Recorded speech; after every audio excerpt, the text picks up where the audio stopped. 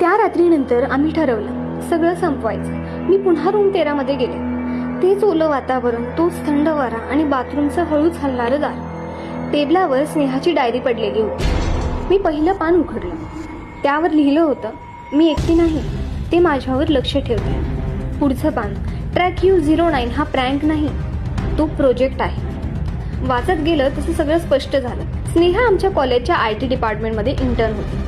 तिने रूम 13 मधला router hack करून ट्रॅकिंग सॉफ्टवेअर बनवला होता, जो लोकांच्या हालचाली ओळखायचा, आवाज रेकॉर्ड करायचा आणि रात्री 2:03 स्वतःच ऍक्टिव्ह व्हायचा. ती म्हणाली होती कोणीतरी माझं कोड वापरते. ती प्रूफ गोळा करायला बाथरूम मधल्या CCTV जवळ गेली, पण त्या रात्रीनंतर ती परत आलीच नाही.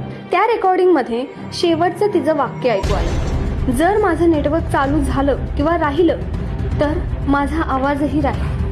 तेवढ्यात माझ्या फोनवर व्हायब्रेशन झालं. Device connected Sneha 09. आवाज आला, तुम्ही माझा प्रोजेक्ट डिलीट केलात का? मी घाबरून फोन खाली ठेवला आणि आरशात बघितलं. ती माझ्या मागे उभी होती. त्या चेहऱ्यावर रडणं नव्हतं, फक्त रिकामं हास्य. हे दृश्य पाहून आम्ही घाबरलो आणि कसा बसा आमचा जीव वाचवून तिथून पळून आलो.